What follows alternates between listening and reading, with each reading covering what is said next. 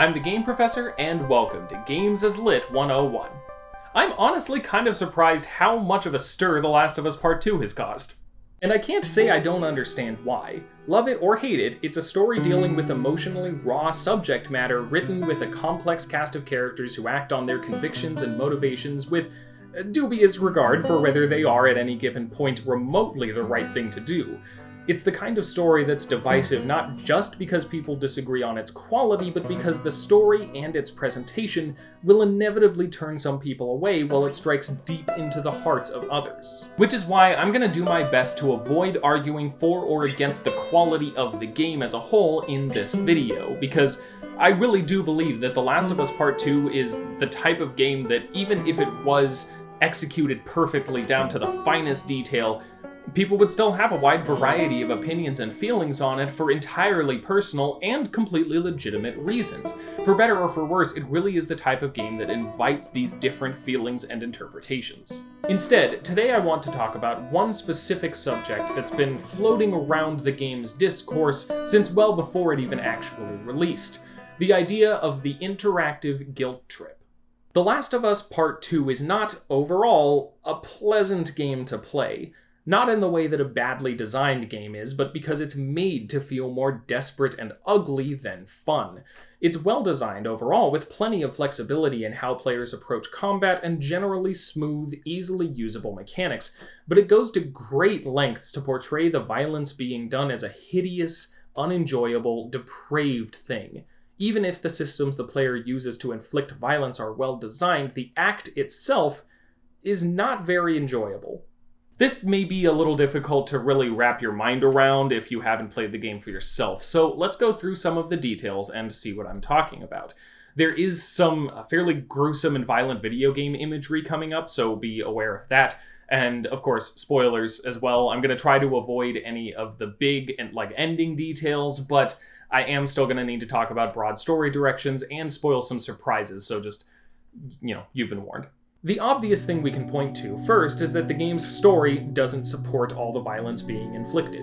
This is the most basic level of making this work. It's not an anti-violence story if the story doesn't actually condemn the violence being done. The Last of Us as a series is already largely about the way violence has been coded into these characters' lives, how, much like in many video games, it's one of their default ways of interacting with the world, and that colors their choices at every turn. But even in this dour setting, Ellie's rampage is seen as morally indefensible. Ellie is acting out of grief and rage, and that rage leads her to indiscriminately kill pretty much everyone she comes across, only sparing a second thought in rare and particularly traumatizing instances. This is also why the game has its two-part structure, with Abby as a secondary protagonist.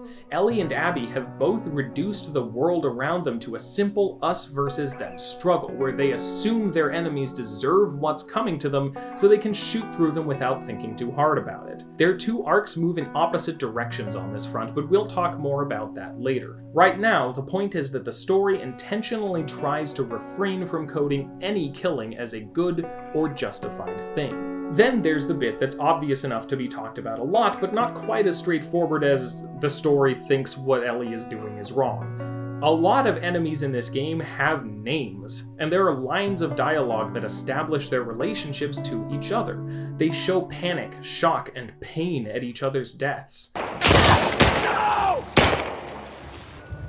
Someone took out Brooke! These shifts so much easier. Jorge?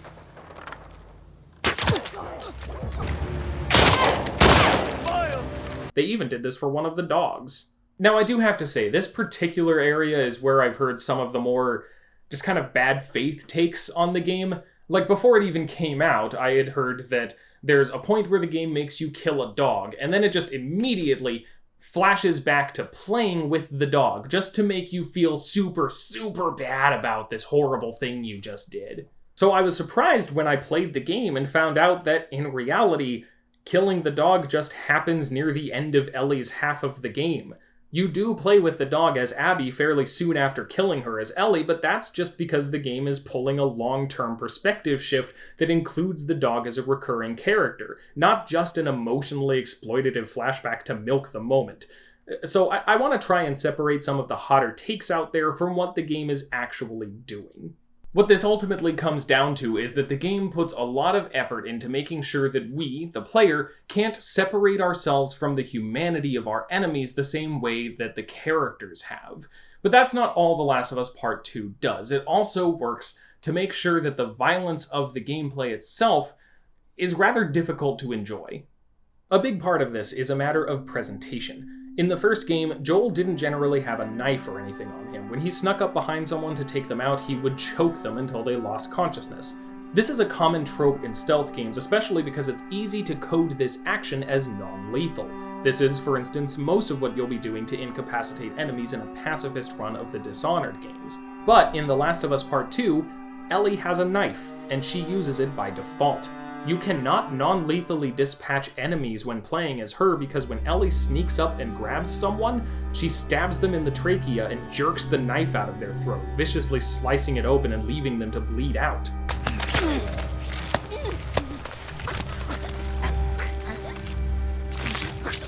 This alone doesn't necessarily mean the game is portraying this violence negatively. Mortal Kombat has far more brutal deaths, and it's all intended as good fun, but this is no Mortal Kombat fatality.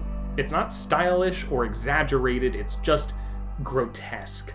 We see the person struggle, we hear their last breaths gurgle as their lungs fill with blood, and the game's facial motion capture is so good that we practically see the life fade from their eyes. We see Ellie's face, filled not with calm or desperation or cocksure satisfaction, but rage and hatred.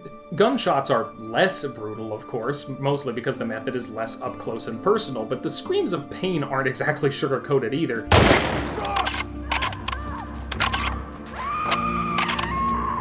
And you're not going to get through this game only by shooting people anyway. This brutal violence is something the player will see a lot, and it's not fun or glamorous or satisfying, it's just disturbing. But that's also mostly an aesthetic difference. The only gameplay function Ellie's knife serves is making it so the player doesn't have to craft special shivs to stealth kill clickers or defend themselves from them the way that you had to in the first game or in Abby's half of this one. And obviously, the game is not trying to make us feel bad for stabbing undead fungus monsters that are trying to eat us, but there are other elements of the gameplay that are designed to reinforce this stressful, unfun approach to violence. This is nothing new in video games. Silent Hill 2, Shadow of the Colossus, Pathologic, and many other games feature, to one degree or another, intentionally clumsy or obtuse gameplay to enhance other aspects of the experience. The Last of Us Part 2 isn't quite like them in that the actual process of play is very intuitive, smooth, and easy to follow. Its strength in this regard is how it avoids playing like a power fantasy. Some of the gamey elements are still there, like listening to see enemies through walls and healing gunshot wounds by wrapping your arm in gauze for a few seconds, but the moment-to-moment play doesn't let the player get away with all that much. If you're shot while aiming at an enemy, you can't just keep on popping off shots at them, you fall backwards, severely limiting your mobility and range of vision until you take the time to get up. Failing a stealthy approach in a lot of situations will often mean that you have to either run or die, since some areas are just too infested with enemies to realistically fight your way through them. However this goes, you can't be the action hero in this game. Obviously, your mileage may vary here depending on the difficulty setting you're playing the game at, but that is a matter of accessibility, and I'm not about to say that making the game more accessible to players weakens its ability to thematically reinforce its story through gameplay, especially when this game in particular goes to such exhaustive lengths to make it as accessible as possible. The point here is that the gameplay is designed, I think successfully, but at the very least definitely intentionally, to be tense and nerve-wracking, and to prevent the player from ever feeling like they're a righteous warrior stylishly dispatching evildoers. It's very clearly a central tenet of the design. Combat in The Last of Us Part 2 is not fun. If I were to describe it in a word, it's closer to scary. That said, the game doesn't always do this. There is something to be desired in its consistency, I have to admit. There is a car chase, which honestly feels more like it belongs in Uncharted than here. What's more, as the game goes on, and especially in Abby's half, we're presented with an increasing amount of enemies that either don't get this same sympathetic treatment, or are presented as such monsters in the story that it doesn't land nearly as effectively when they are. Exactly if or why that's a problem is complicated. On one hand, Ellie is the one who's progressively losing her humanity to her grief and hatred, so it makes sense that the game's efforts to portray enemies as human and violence as awful would be largely focused on her part of the story rather than Abby's.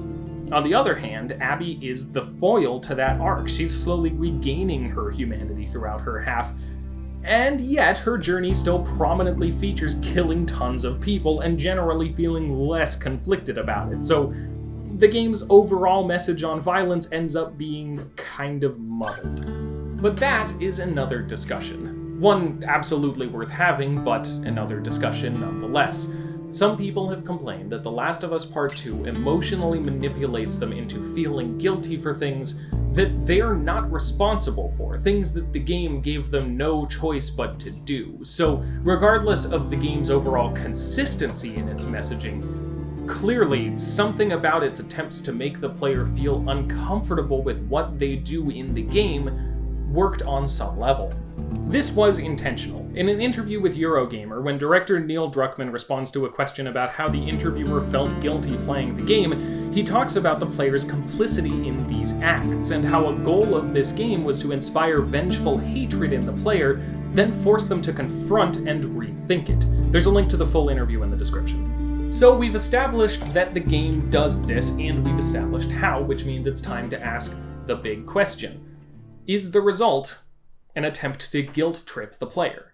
Well, it's easy to see where that argument comes from. We've already established that the game puts a pretty substantial effort into making the goals of the gameplay feel morally uncomfortable, if not outright repugnant, so it follows pretty easily from there to claim that it's trying to make the player feel bad for accomplishing those goals while playing. But I think it's a little more complicated than that. Much of our experience with this kind of subversive portrayal of violence does target the player to a not insignificant degree. Think of the river in Metal Gear Solid 3, where you walk past the specters of everyone you've unnecessarily killed. Think of Undertale, which straight up has you commit genocide if you go through the game attacking people instead of peacefully problem solving. Think of Spec Ops: The Line, which doesn't give the player the choice as to whether they do terrible things, but looks them square in the eye and calls them out for wanting to play the hero. But none of that really feels like it fits what The Last of Us Part 2 is doing, does it? Metal Gear Solid 3 lets you choose non-lethal or lethal approaches, so every single person in that river is there because you chose to kill them rather than not. Undertale pretty explicitly uses its protagonist as a stand-in for you, the player, and thus credits your pacifism or brutality directly to you as a result. And while Spec Ops doesn't give the player a choice in what they do, it also doesn't criticize them for committing violence, but for coming into the game expecting to do so for fun, for getting a high off of pretending to murder people and expecting the game to validate them for it. You're here because you wanted to feel like something you're not, a hero. None of that really fits into what The Last of Us Part 2 is trying to do here. Without the choice of Metal Gear Solid 3, the player stand-in of Undertale, or the bait and switch of Spec Ops, it's hard to claim The Last of Us Part 2 really falls into any of those same categories. So if we ask ourselves how the game's attempts to condemn violence and make the player feel uncomfortable fit into what this game is actually trying to accomplish, I think it's fairly clear that we, the player, are not supposed to take responsibility for any of this. And that's not just based on this game, that's a precedent set all the way back in the first one. I think we take for granted sometimes how much we tend to identify with the player characters in the games we play. I mean, this is an interactive medium. We are controlling these people in moment-to-moment play in these video games. It's kind of inevitable that we would see ourselves in them to some degree, and we very, very much do, but it's kind of second nature to us. We barely notice it. I think back to when I was playing one of the special levels of Spyro Year of the Dragon as a kid, and my mom asked why that monkey is shooting out all the windows in this town. I knew the answer, it got me gems, that's why I was doing it, but it took me a second to even know how to respond, because that monkey is just me. I'm the one doing that. It was weird to even consider the idea that it's a separate entity from myself. And this can manifest in different ways, too, like the time my father-in-law saw me running around as Jill Valentine in the Resident Evil 3 remake, and later remarked on how I was dressed as a woman and fighting zombies. He saw the player avatar as me and was confused at the idea that she's her own character and I'm just controlling her. He saw us as one and the same. Video games can manipulate this intrinsic connection to our player characters in a variety of different ways to alter how we experience, perceive, and understand the story. And The Last of Us Part 1 absolutely did that. It's a game that intentionally switches perspectives to heighten tension and create dissonance between its playable characters and the player themselves. This culminates in the final moments when Joel makes his decisions and the player's only option is to continue the puppet show, acting out his will even if it's not their own. Because the player is not Joel. The player is not Ellie. The player is simply acting out their story and their choices. Which, I feel the need to stress, is absolutely fine. Letting the player change the outcome of the story is not the only way to tell good interactive stories, and you don't need to sync up the character's motivations with the player's motivations at all times either. The way the game toys with the idea of player agency in a linear story is itself a legitimate narrative format and a compelling storytelling tool in its own right. The jarring realization that our will means nothing to Joel is a striking and effective element of the game's story and delivery. The point here is that The Last of Us, from the word go, has put the dissonance between player and protagonist front and center, because this is not your story as the player.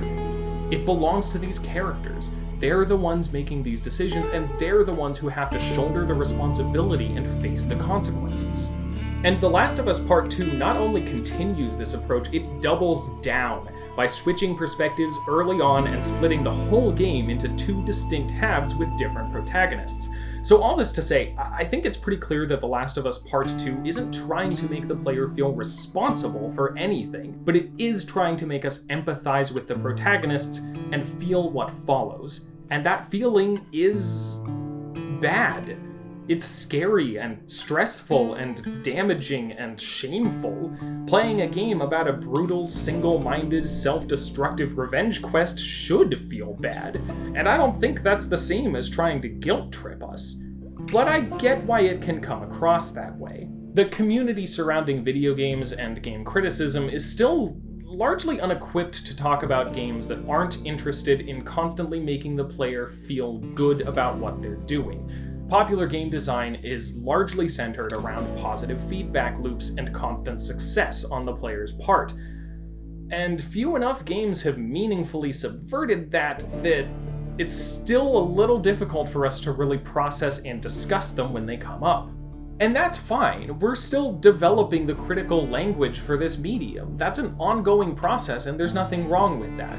But it does mean that sometimes we can incorrectly label things when they don't fit into the categories we already know of and expect them to go into. And I think it's possible that The Last of Us Part 2 got put into the guilt trip box for making us feel bad, when maybe it doesn't belong there.